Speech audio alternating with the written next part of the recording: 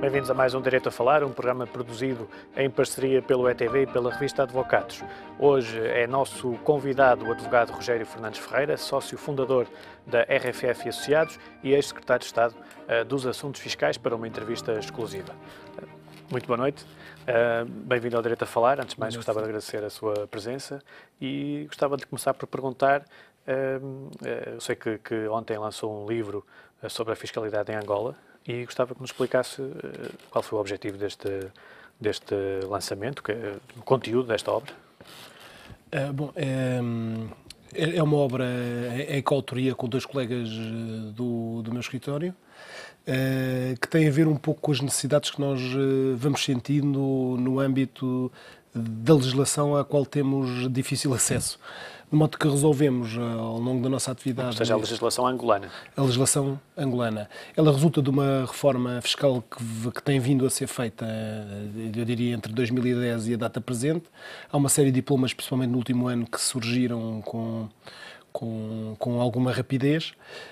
E, portanto, foi um bocadinho esta dificuldade de acesso a esta legislação que nos levou, primeiro, para nós, no âmbito do nosso escritório, a termos a legislação compilada para podermos consultar e para podermos dar a consultoria que nos vai sendo pedida, designadamente que nos pedem de Angola, e depois, fruto disso, achamos que podia ter utilidade também para o público de ter essa legislação anotada. Ao mesmo tempo, à medida que os diplomas foram sendo divulgados, fomos fazendo alguns estudos sobre cada um deles e, portanto, aproveitámos o ensejo também para juntar essas informações que fomos compilando para fazer uma análise mais crítica e divulgativa também sobre a reforma tributária de Angola. O livro é o primeiro volume da legislação fiscal angolana, portanto, no fundo tem a legislação fiscal geral, e, portanto, está na calha a sair brevemente também o volume 2,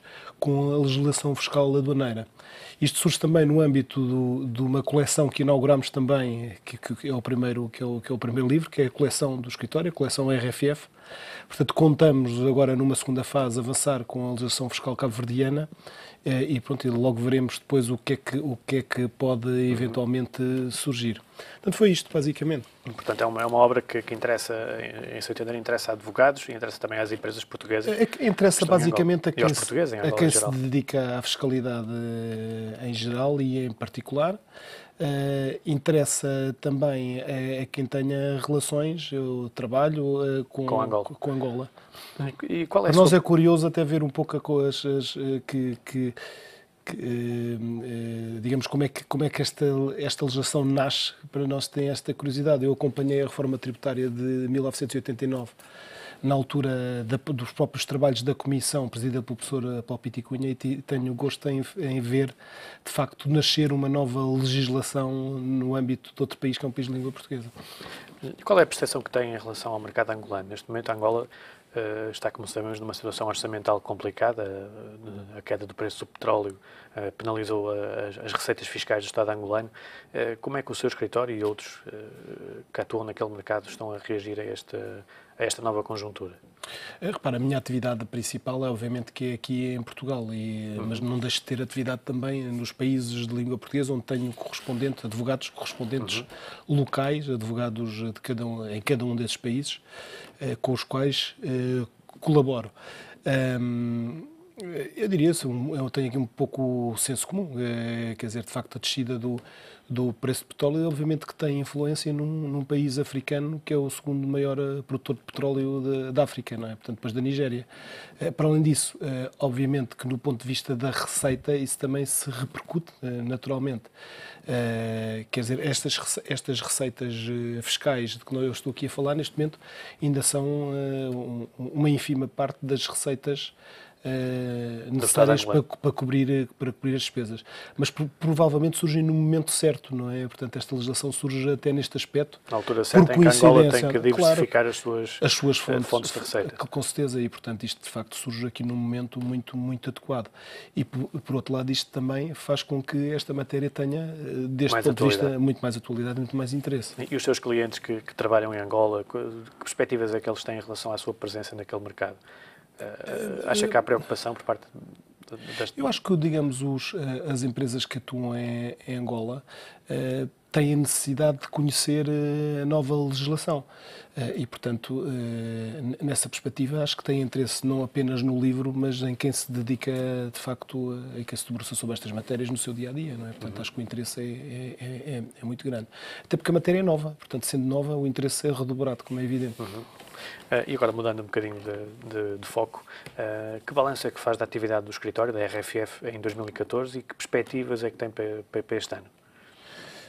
Faço um balanço até à data positivo. É evidente que o escritório é um escritório recente, embora as pessoas conheçam já há muitos anos e já trabalho com elas há bastantes anos. Os colegas do escritório é um escritório relativamente recente que, de certa forma, eu acho que foi um pouco o ano da consolidação. Portanto, nós formalizamos esta nossa parceria no escritório e constituímos o escritório em 2012. Portanto, há 3 anos. Portanto, vamos fazer agora 3 anos, portanto, em maio.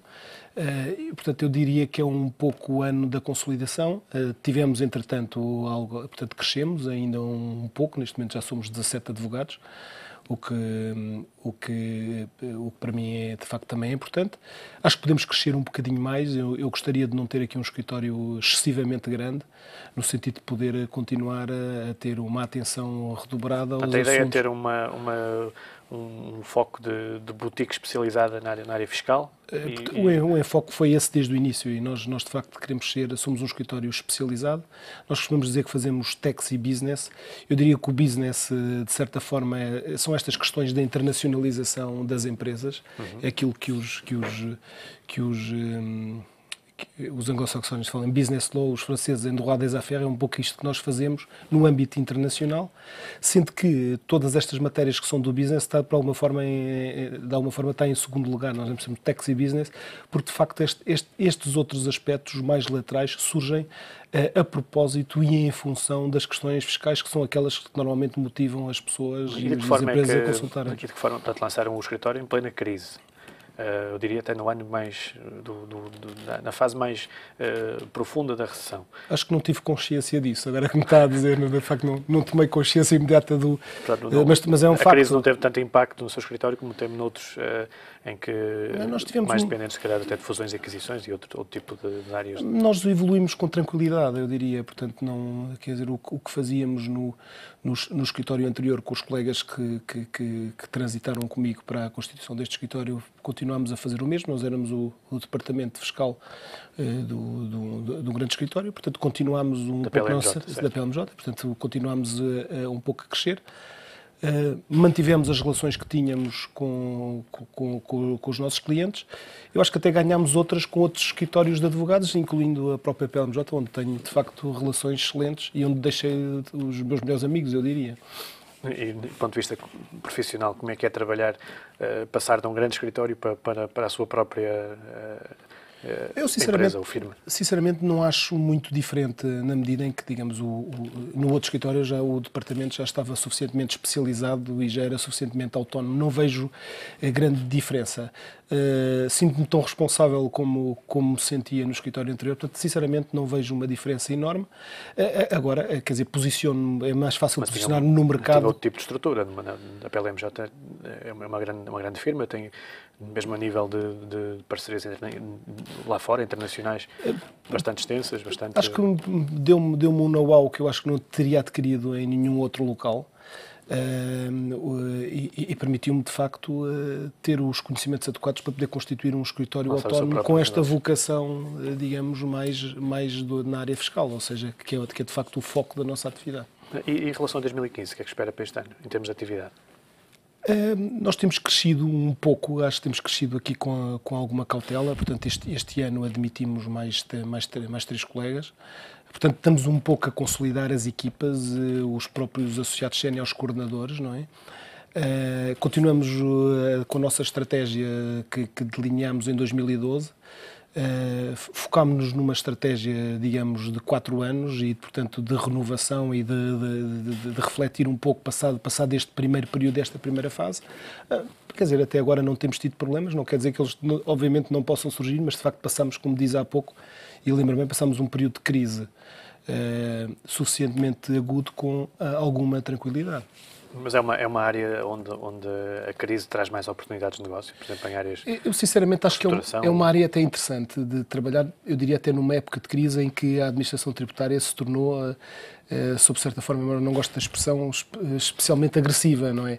Na justa medida em que se modernizou, não é? Se informatizou, que também é outro aspecto.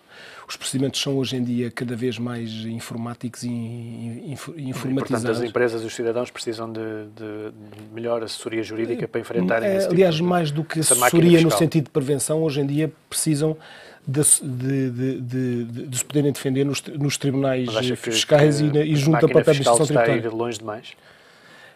Eu acho que é do senso comum e é a realidade, quer dizer, a administração tornou-se, obviamente, nos últimos anos, e isto foi um processo que eu acho que começou no tempo do professor Sousa Franco, quando praticamente não havia computadores nos próprios serviços de finanças, e, portanto, entre esse momento e o momento atual, há uma evolução. E o senhor acompanhou essa evolução? Eu acompanhei durante esse curto período, acompanhei com imenso gosto.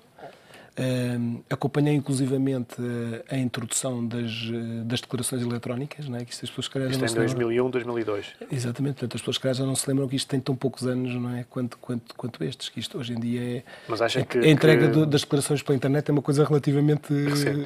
não, vulgar, não é? E normal, isso é que tem graça. Sim, antigamente havia filas enormes para entregar o IRS. Claro. Mas acha que se foi longe demais nesse esforço de otimização e de informatização dos serviços, ou seja, os cidadãos estão indefesos face à máquina fiscal? Eu sinceramente acho que se foi longe demais. Como é que se pode mudar isto? Ao contrário, acho que de facto há procedimentos que não podem ser informatizados. Eu estou a pensar designadamente na questão das infrações. É preciso ter um cuidado enorme, quer dizer, no âmbito dos crimes de abuso de confiança, etc. Não é pelo facto de não se ter entregue determinada quantia que se pode carregar no botão e se ter por um automatismo ter imediatamente uma pena de multa ou mesmo uma pena de prisão. Quer dizer, não pode haver esse tipo de automatismo. Também ele não existe. Mas, de facto, entre o que existia e o que existe hoje, cada vez os procedimentos e os processos estão mais informatizados e, portanto, acho que tem que começar a haver em alguns procedimentos alguma mediação humana que permita olhar com mais facilidade para o caso concreto. Portanto, se me diz que, do ponto de vista dos procedimentos informáticos, falou demais, eu acho que foi. Olha, dou-lhe um exemplo que tenho dado, que me faz excessiva impressão enquanto advogado fiscalista, que é olhar para o site que me diz respeito a mim, na parte do meu contencioso. Pensei que fosse lá ver. Houve um dia que me lembrei de ver que se estava lá, por engano, algum contencioso que eu tivesse contra a administração tributária no meu próprio site e, portanto, é o meu nome enquanto contribuinte individual. E o que verifico é que verifiquei e que fiquei absolutamente estupefacto, é que tenho lá a lista de todos os processos que eu acompanho junto dos meus clientes, com o nome do meu cliente, com o valor que está em causa, com a fase em que o processo existe, com os fundamentos apresentados, o que dá acesso, obviamente. Mas estão a responsabilizá-lo a si pessoalmente por esse tipo de Eu não vejo nenhuma vantagem em que isso lá esteja. Acho que isso viola regras até de sigilo, não é? De profissional e até porventura fiscal. Era uma coisa de facto a ver. Basta ver isto, quer dizer, na justa medida, se há um determinado funcionário que está a olhar para o computador a analisar determinado processo, quer dizer, acho que não se deve facilitar efetivamente o acesso. Aliás, está na moda falar neste problema, não é? Mas facilitar o acesso a uma série de outras pessoas que nada têm a ver com aqueles processos.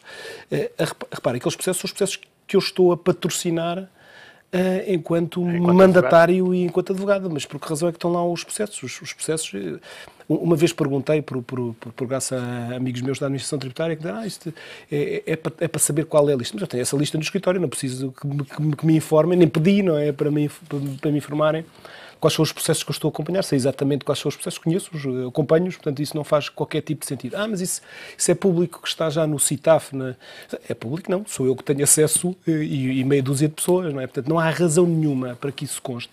Aliás, tive a oportunidade de escrever um e-mail à própria bastonária, ao qual não obtive nenhuma resposta, mas acho um absoluto abuso sobre diversos pontos de vista que ninguém olhe para este aspecto e que não resolva este problema. Portanto, há um excesso de zelo por parte da administração pública. Acho que isto não tem que haver algum controle, não é? Seja de facto... Olha, tem que haver o tal sistema de alertas que toda a gente se insurgiu contra ele, mas tem de facto que haver um sistema de alertas, como existe um sistema de alertas em qualquer outra organização privada. Mas é a favor do sistema de alertas aplicável a todos os cidadãos ou apenas os que fossem da tal lista VIP? Boa pergunta. Não vejo problema nenhum em que haja alertas especiais para situações especiais. Não acho que a situação ou o cargo, se quiser, para ser mais preciso, de Presidente da República, de Primeiro-Ministro, etc., e outros tipos de cargos, não tenham aqui, não possam ter aqui alguns especiais alertas para que são pessoas que precisam de ser especialmente protegidas. Mas este dever de sigilo e de proteção da privacidade não devia ser aplicável a todos os cidadãos? Mas com certeza que é aplicado a todos, mas é óbvio que a curiosidade mórbida, se quiser, para dar aqui um adjetivo de algumas pessoas, obviamente que se dirige muito mais a determinado tipo de pessoas que ocupam determinado tipo de funções, nomeadamente funções públicas. Essas pessoas, aliás, não são essas pessoas, o cargo que essas pessoas ocupam tem que ser, obviamente, especialmente protegido. Isso não viola qualquer tipo de princípio de igualdade, como aqui foi sendo dito. Portanto, todo este aparato à volta de uma suposta lista VIP, acho que não tem qualquer tipo de justificação. Acha que não faz sentido. E há pessoas também que defendem que nem sequer devia haver sigilo para ninguém. Esse é outro problema. Oposta. Esse é outro problema. Eu, por mim, não vejo problema em que a solução seja essa, não é? Em abstrato.